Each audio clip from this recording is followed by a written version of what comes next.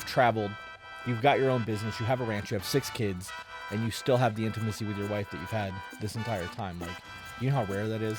I didn't until people keep telling me it's rare, and now it's always just been what we do. So I saw a TikTok thing where you were saying that you were going to fight Brian Shaw. I confused him for Eddie Hall. Oh, yeah. Yeah. And so Eddie Hall is still 6'3", big dude, and he's boxed before. I beat that guy. And so I threw the message out there, yeah, I'll fight him, and it'll be great. And then I looked up who I was actually talking about. The dude's like 6'9", 450 pounds. Like, oh, God. So the lesson from that is do your homework before you commit to something. I went down to the Dominican Republic, had a blast with Karate Combat. Karate Combat's the one that has a pit. So instead of a cage or a ring or ropes or any of that, you go into like a hole that has pretty steep sides on it. And it was so much fun being in there. Did you feel like you were fighting in a kumite? It was. So the Karate Combat, they actually have the kumite. That's where they turn amateurs into professionals. The winner of the tournament gets a contract with them. My wife is actually considering doing that. No right way. now. Yes. My wife is a badass. I mean, That's so cool. What was it like being on the Ultimate Fighter show? The Ultimate Fighter, it was... It was really boring.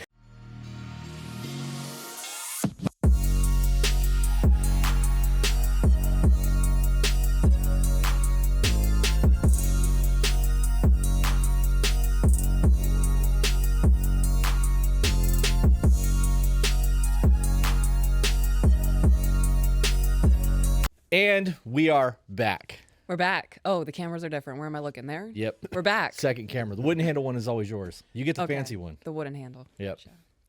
You want to try it again? Now you know where to look. We're back. I'm going to just leave that in there. So we have Sam, Smilen, Alvey in the studio. Fighting out of Temecula, California, Smilen, Sam, Alvey.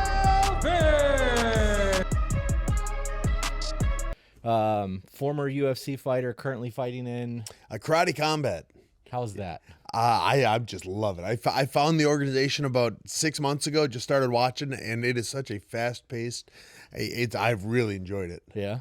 Mm-hmm. So I was going to just jump into a whole bunch of topics, but do you know who Conservative Ant is on... Conservative Ant. No, but I like her name. Well, it's a him. Him. I like his name. He just texted me and said, so jealous that you're coming. So that's 2 people that have been extremely excited that you're going to be here.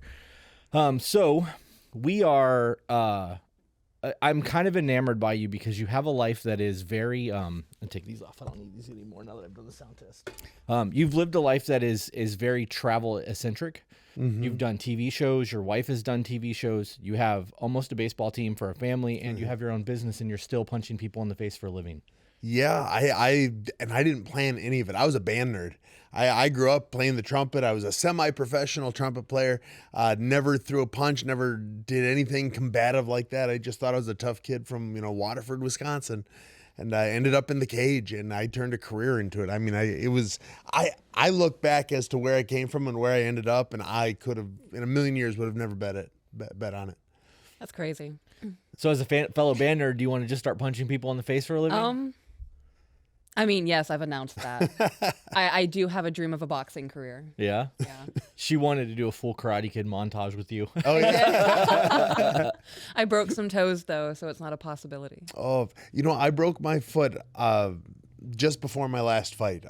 I broke it. Like the next day, said, hey, you want to fight in 5 weeks? I said, all right, let's do it. And then immediately, I was on crutch just protecting the foot to make sure I can get into that ring. That's funny. So what was it like being on the Ultimate Fighter show? The Ultimate Fighter, it was really boring. It was. Everyone hates the answer because they all think it's, but you're not allowed to do anything. For 6 weeks, you are in the house with, it'd be 15 other dudes that are fighters, and all fighters talk about is fighting. And you're not allowed any books, no radio, no TV shows, no nothing. You get to train once, maybe twice a day, and then you're stuck with the same 16 dudes for all day, every day. To create drama. Yeah. And they make sure there is liquor in every room. They want the drama. They want it to happen. That's a signature for live TV. Yeah. Oh yeah. We all kept, like, after 6 weeks, we were still finding liquor in places we didn't know it was there. Wow. They had it everywhere. That's wild. Yeah. So my season is, you've probably seen the memes, the Let Me Bang Bro. That's maybe the most famous thing that's ever happened on The Ultimate Fighter, and it was my season. Let me bang, man. I want to do that, man. Let me bang, bro. I do. I do. Let me bang, I do let you bang. Hey. Let me bang again, man. I let you bang. I let you bang. Let you bang. Let you bang, man. And that's just what everybody talks about. Let me bang, bro. And he's crying and getting into it. But it's because he lost a fight, he got liquored up, and then just had a bad night that everybody will never let him forget. So I have had my 15 minutes of fame with a TV show called My Big Redneck Wedding. Okay. They came into the tattoo shop that I own and wanted me to pierce someone's nipples, and it was supposed to be like a gift for the girl or the wife. And the whole time that they were in there, a nipple piercing set takes like 10 minutes. It's The quick. groom was doing it, to clarify. Yeah. Okay. So it's real quick in and out, and they're recording the process, and it took like 45 minutes because they kept trying to make me say shit. Would they do that to you guys in the house? Yeah, so they put us all in. I mean, they had this mansion of a house in Las Vegas. And in this mansion, there was a swimming pool in the far corner. They emptied the swimming pool and they put all their cameras and everything in there to film us. And then they would ask us the same questions over and over and over again, trying to get us to say it a certain way. Okay. So a buddy of mine was just on the season, and we all the fighters, they break out with, you know, ringworm or staph or this or that, and we all call it mat herpes, even though it's not. We all call it that. And they said, and he broke out on it, and his fight was actually delayed a week because he came out with mat herpes. And they made him, he didn't want to call it herpes because not technically isn't it, but they filmed it and asked him, making him say the word herpes. Say, it's not what it is, but it's not that they tell you what to say, but they've got what they want to hear, and they're just going to keep asking the same question until you say it the way they want to hear it. I would get so frustrated. I'd walk off set. Like, I'm not doing this, guys. You can catch me at a Pizza Hut or something. I really expected you to say something about mat herpes. I don't know why, but because I'm assuming that's the first time you've ever heard that phrase, and I just expected you to like. Oh yeah, no, I've never heard of that before. Oh yeah, no. I'm probably never gonna hear it again. Yeah, it's anything you get, and you're constantly rubbing up against other sweaty dudes for a job, so you're gonna catch this, and you just treat it, and it goes away pretty quickly. But we just you got the mat funk, or you got the herp. It's like a bacterial thing. Yeah, it's ringworm for the most part, and it's ringworm or a staph infection. Yeah, the staph infection is one you got to watch because that can get bad, but it's really easily treated. Right. And then the ringworm is you don't even have to tell your training partners if you have ringworm. You're just trying to cover it so they don't see it. It's like psyops. Yeah. I could have it. I'm just saying it might be on my elbow. I tell all my buddies, if ever you see me in sleeves, it's because I've got ringworm, and I'm just not going to tell you about it. Just start wearing sleeves. Just take them off right before you hit the mats. That's psychological warfare. Yeah. Yep. And it's premeditated. Yeah.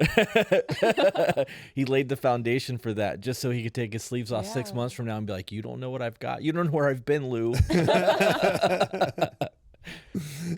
So you have 6 kids. Mm-hmm. You have a small business that you're running while still doing the fight thing. Mm-hmm. Your wife was a contestant on, what's it called? America's I forgot Next already. Top Model. Yeah. She won. She won. She wasn't just a contestant. She won. won. She was the greatest champion that's ever been, even, I think. I love that. I'm here for the hype. Yeah. Yeah. Real shit. I wish she'd have came. It'd have been really good to have her on the garden She thing. would have loved to, but like you said, we have 6 kids, and it's so hard to do anything with just each other and leaving the kids. Especially our youngest one is still breastfed. Oh wow. So, yeah, our oldest is 10, our youngest is 1. And they just go all the way through. Yep, yeah, we've had a pretty consistent pregnancy over the last 10 years. Yeah. Are they all yours? Didn't you adopt some of them? Yes, we adopted one, and so we have 10, 9, 7, 2 4-year-olds, and then a 1-year-old. The 4-year-olds are, one is adopted. We are a foster family. One is adopted, and she's 3 months older than our biological one, so they're twins for all we care. They don't look anything alike, but they'll be twins. And my wife and I are both pretty tall. She's 6 foot. I'm 6'2". All my kids are just massive. And then our little adopted one, she's not going to be that big. So there's going to be a significant height. You know, every family photo we have, she's going to be the one that stands out a little bit. That's funny. So how did the food truck thing come into play? Oh, you have a food truck. Yeah. Stop For years ago, we watched the Great Food Truck Race, and this show is fantastic. I've been on a lot of TV shows because of the UFC. I just apply to everything. Every fight week, I should say, you get put in a hotel and you just kind of diet. So I just on the internet applying to stuff. And a lot of them want me on because, hey, I'm in the UFC. I have a following. I have this, I have that. And they all want me on. So I actually applied to the Great Food Truck Race, even though I have no experience driving a truck or backing up a truck or cooking or any of that. And they were real close to putting us on. My wife is a chef. Like, she can cook. She makes fight camps miserable because it is so hard to cut weight with her. Dude, your entire life is throw shit at the wall and hope it sticks. Oh yeah, 100%. Let's see what happens. And they called us back, and we were almost on the show, and we wouldn't lie, but we kept exaggerating how good we are and how prepared we are to cook on a food truck and all. And we had a really good time applying for the show. We made it to the final cut, and they eventually said, "You just don't have we can't put you on. You don't have any experience." I said, "Oh, okay." But we kept it in the back of our mind. Maybe someday we would do that. We would have a blast. And so about 3 months ago, we started with the food fight truck.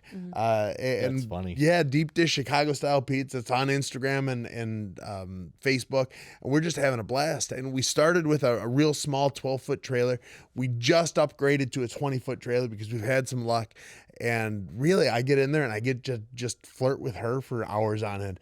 And it is so much fun because it's a narrow space. So you're always bumping into each other, and, you know, your butts are hitting, and I get to kind of hit on her for 3 or 4 hours at a time. And That's awesome. I've just fallen in love with the food truck industry. That's awesome. Yeah. That's really cool. Why a trailer and not an actual truck? Because if your truck breaks down, your business is gone. Ooh. If your truck breaks down with the trailer, you can rent another truck until your official truck is fixed. wow. I'm making notes over here. That's Yeah. smart. That's Yeah, smart. I always wanted the truck, and then a good friend of mine out in Oklahoma, he's been doing food trucking for years. He said, "Yeah," he said, "if your food truck breaks down, if you get a flat, your business is out. If you get a truck, and then you can always just get a new truck or rent a truck until your real truck is fixed." Nice. While we're talking about your social medias, you want to plug all of those wherever Yeah. you want people to follow you? Yeah, YouTube's the one I'm growing as fast as I can. I wish I would have done it more when I was like real live and growing in the UFC. But when you're in there, you just think you're going to be in there forever and life is good and you don't need it. And I wish I would have done more with it. I've done real well with my TikTok, and now I'm trying to grow a little bit longer form content, which is so much harder. Yeah. I mean, you guys seem to have mastered it all, but Well, go ahead. but you seem to have a good handle on all of it as well. So the trick is to make the long format content only, just the long form. and then clip everything into short term content and stick it everywhere else. That way you only have to make the content once, and then you clip and post. That's what we've been doing since the beginning. We started with the TikTok thing, but the YouTube thing is we film for YouTube, and then everything else is. Yeah, I got to start doing more of it. I've started getting into it's so hard. Like everything they want the minute-long clips on YouTube, on Instagram, on Reels, on Facebook, and on TikTok. And I'm trying to come up with something new for all of them. Yeah. And it gets so hard and tedious, and you have to edit everything just so slightly. And so maybe I'll take that idea and just start really putting my heart and soul into the YouTube. And Well, with YouTube, you can get this might be AJ's in. Can I put him in contact with you? Oh, yeah. Okay, that might be his His connection. his connection to Sam. So, because what we do is we film the full content, and then either I or AJ will edit, or Steve, he's editing now as well. Okay. And then once we have the full content edit, because one of these podcasts is about 30 gigs Okay. of data, and we'll narrow it down to about a 9 to 15 gig clip or video, 2 hours.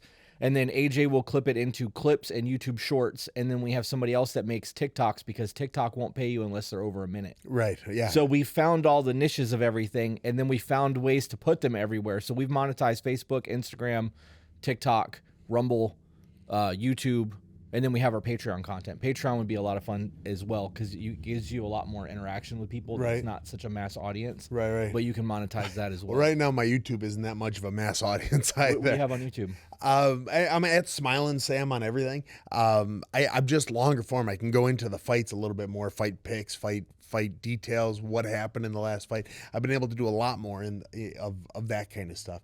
YouTube, the problem I have is I don't have the niche other than I've been a fighter forever. So a lot of my TikToks, and I've kind of hit a slump where I'm not growing as much. I got to 170,000 and I'm kind of sticking there because I bounce around too much. I live on a ranch. I have goats. I have this. So some days I'll film that and some days I'll film something else. And I bounce around too much. YouTube, I stay pretty strict to just talking fights and some training tips and some how to get better at it kind of stuff. How many followers do you have on YouTube? I'm real close to 4,000, and I'm like 100 hours away from being monetized.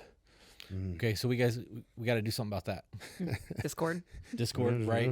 Yeah, we'll get our Discord crew in there to start watching some of your stuff. When I didn't even know you had a YouTube channel. I only found you on TikTok because the older millennial reached out to me. That's where I bumped into him too. I started following him not too long ago, and he mentioned something about how much he makes on everything. And do you really make that much? That's incredible. And I mean, his content is really popular. It's likes and views and all that. And he said, yeah. And I was just on this podcast and he said, you should reach out to him. I'm sure they'd like to talk to you. And that's where we got hooked up. Yeah, it works out really well too. So our podcast mainly is relationship communication, personal development, personal growth, things like that. The thing that we notice with relationships a lot of the time is that people don't flirt. They fall out of love with their person, and like you're like in a food truck and you're like, I get to flirt with my wife for 3 to 4 hours. So this is the kind of shit that we want to hear. Yeah. Right. But you've traveled, you've got your own business, you have a ranch, you have 6 kids, and you still have the intimacy with your wife that you've had this entire time. Like, you know how rare that is? I didn't until people keep telling me it's rare, and now it's always just been what we do. Yeah. I've been with her. Let's see, what's today's date? The 24th. I've been with her for 18 years, 2 months, and 12 days. You've almost done a life sentence. Yeah. And I was with her before I started fighting. I was with her before she started modeling. We've just traveled everywhere together. In fighting, unless you're in the UFC, there's no money to be had. But you can travel the world. So without getting paid much, I've been to New Zealand with her. I've been to Trinidad with her, Mexico, Canada. I've been around the world. And then to get into the UFC, I got to go to the world on a bigger stage, get paid for it, and she's still right there cornering me.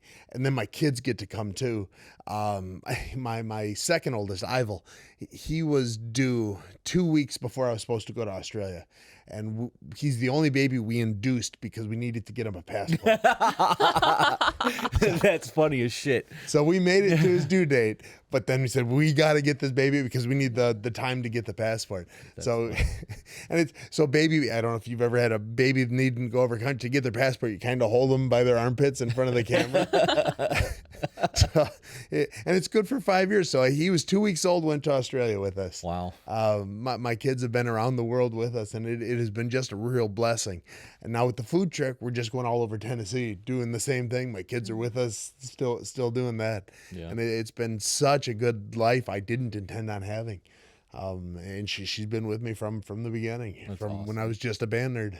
We are looking at land in Tennessee. Oh yeah. I think that we're gonna move into the Charleston area, Cleveland area. So I have my mom up there, my adopted family's up there. So I want to go up there and I just want to be in the mountains. Yeah. It's really what it comes down to. It's beautiful side of Tennessee. Yeah. The closer to Knoxville you get, the prettier it is. And the whole state's pretty. But it's really nice. The winters are colder than here in Florida. Yeah. And I bet there's more days of it too. Yeah. We've had one day so far that dipped below 60. Yeah. And it was cold too. Yeah, there was a little bit of a wind chill going on. I put on a hoodie for like 15 minutes. It was amazing.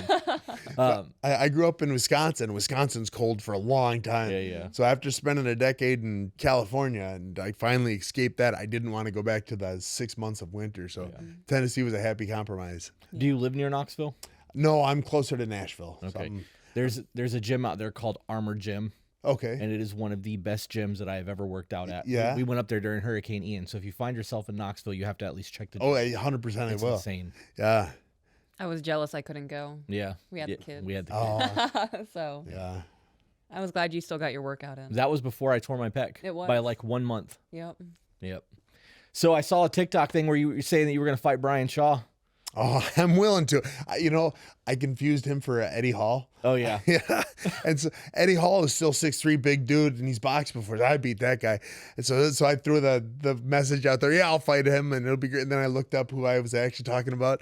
The dude's like 6'9", 450 pounds. Like, oh, God. Kind of hoping he says no.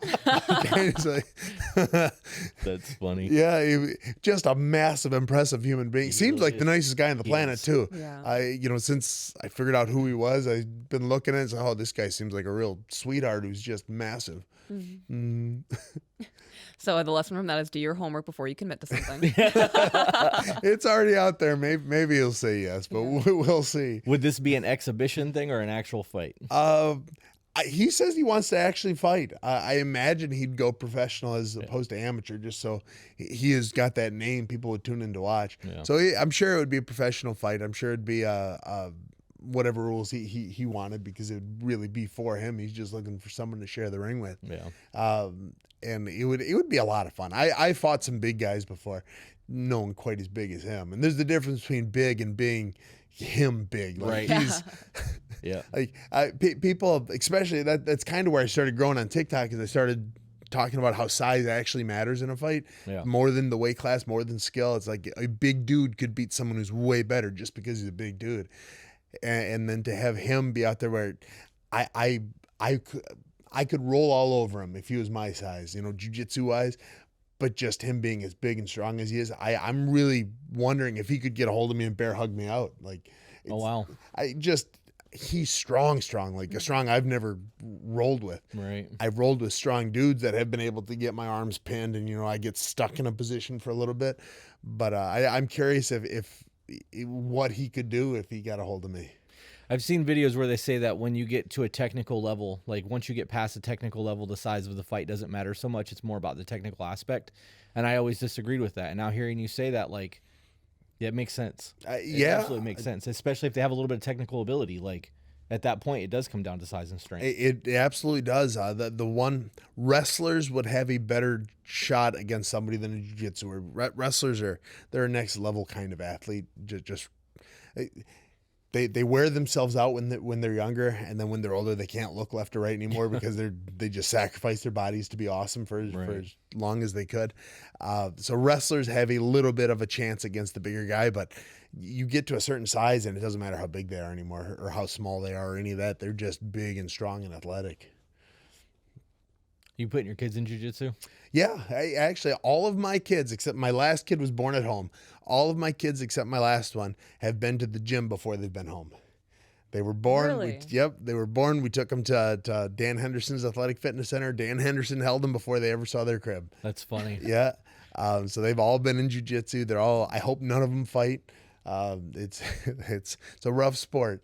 But I hope they can all beat up the world champion. Yeah. And I hope they're all good at baseball. Yeah. At baseball specifically? Or whatever. Okay. Yeah. That was just checking. Baseball pays the most. So I'm going baseball. Golf maybe, but I don't golf, so I couldn't help him get there. Steve does. Yeah. Steve's been telling me he golfs every Sunday, whether it's cold or hot. Yeah. So go ahead. I do. I have a question. Yeah. So I wanted to touch on, so you're a family of 8. Yes. And you are still keeping the intimacy alive between you and your wife. Oh yeah. We have people email in who have 1 or 2 children, and they've been in the roommate phase for years. Yeah. So what is something you would suggest for people to do to keep that flame going with children? Bedtimes really help.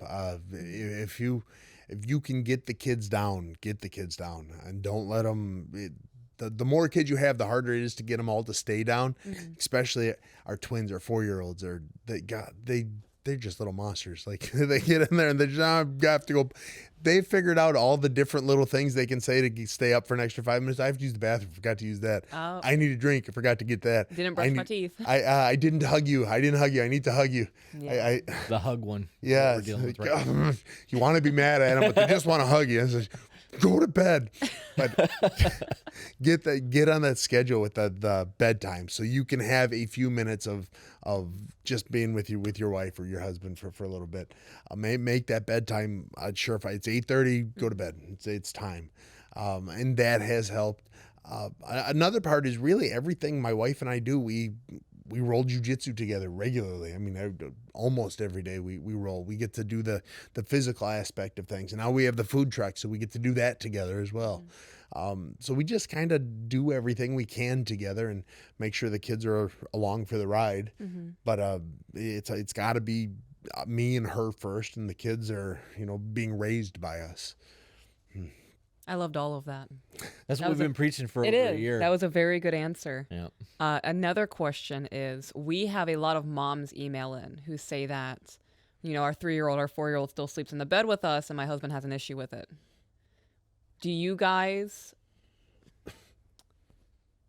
How did you guys do the whole bedtime routine? Like, did you allow the children to sleep in bed with you? Was that something that you separated? Like, this is mommy and daddy's bed. You guys have your own room. We let them all sleep with us for a long time. Our youngest is still sleeping with us. We just put a crib right next to the bed too, so he kind of has his own space right now. He's a little more than 1 in a couple months. Okay. So he's still in there. But because we've had so many, they all kind of want to sleep together anyways. It's really funny.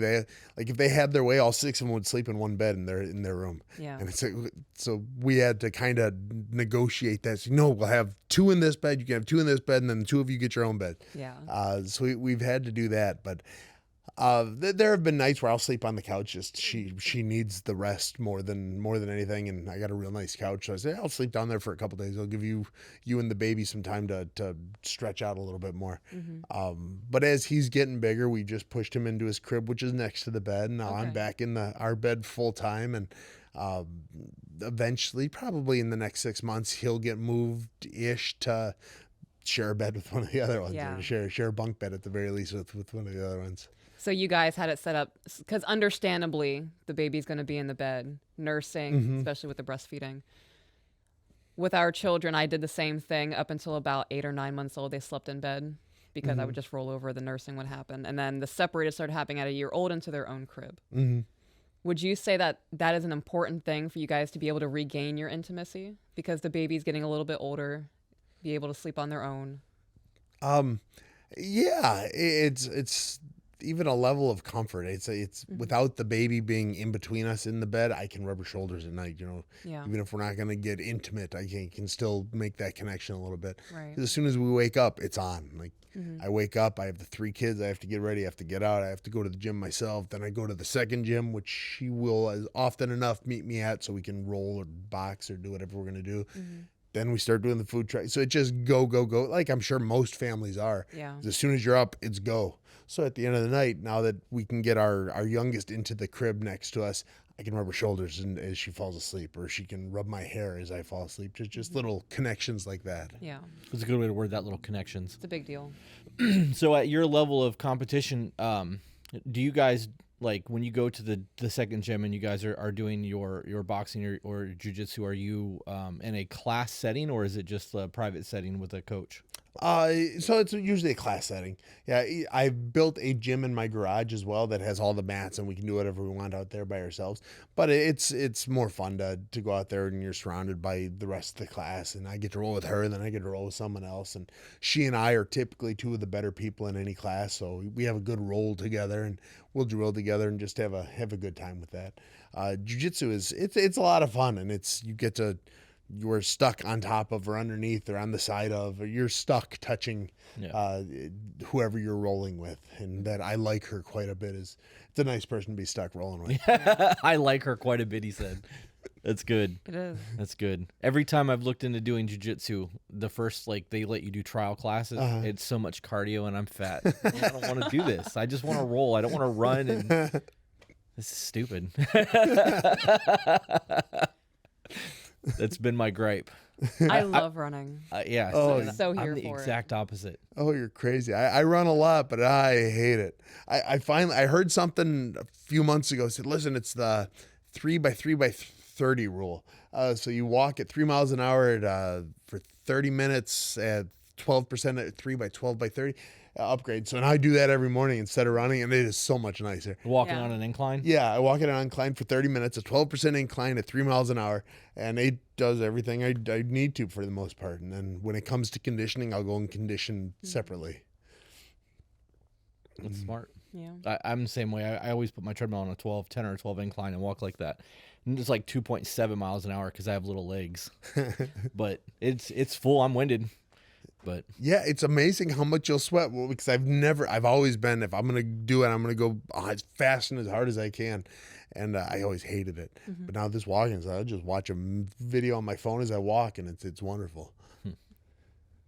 We used to just walk through the woods as humans. yeah. Now we're on treadmills with Well, we still walk through the woods. Like that's our cardio of choice. There's not a lot of trails down here. Florida's very flat, so you don't get a nice terrain. There's no trails like there is in Tennessee. We have sand trails where you get to walk, and every once in a while you'll find some shade while you're walking, and that's awesome. But for the most part, you're just walking in like some weird sand dirt. But we still choose that over the treadmill. Yeah. I don't know what it is with me being on a treadmill, but my body drifts. Yeah. Like I can't walk in a straight line. Oh, I'm yeah. always my I'll get equilibrium off or something. I'll get it every now and then. They make the treadmills that are self-powered, so as I run, it'll go fast. But their tracks are always more narrow. Every now and then I'll be mid-stride, my side of my foot will hit the edge of the treadmill, and it'll just throw me all wonky, Yeah. and I'll almost fall off a self-propelled treadmill. Pain in the butt. Almost falls off a self-propelled treadmill. It's ridiculous. But no, I like walking in the woods. I just can't get myself to walk fast enough. Yeah. Like I want that incline, and because I want to walk as little as possible, so I want to get it done. I'll do that 3 miles, 12%, 30 minutes, and it works real well. That's funny. Do you think that you're going to continue to do the fight thing for a long time, or you think the food truck's going to retire you? I hope to fight for as long as I can. I enjoy it, and I've always been a counter fighter, which means I typically don't get hit that much. So I've still got a fully working noggin. I've been blessed. Being a bigger guy, you typically have smaller training partners. So even injuries don't happen as much to me. Right, that 'Cause makes I'm usually fighting people a little bit smaller than me as opposed to always fighting the guy bigger than me. So physically, I'm doing pretty well. I've definitely slowed down, and the end of my UFC career kind of showed off the step I've been missing. But I've made some changes. I'm not just the counter striker I am anymore, and I'm hoping to be able to fight for as long as I can make a decent living doing it. I plan on doing it. I still love every broken knuckle.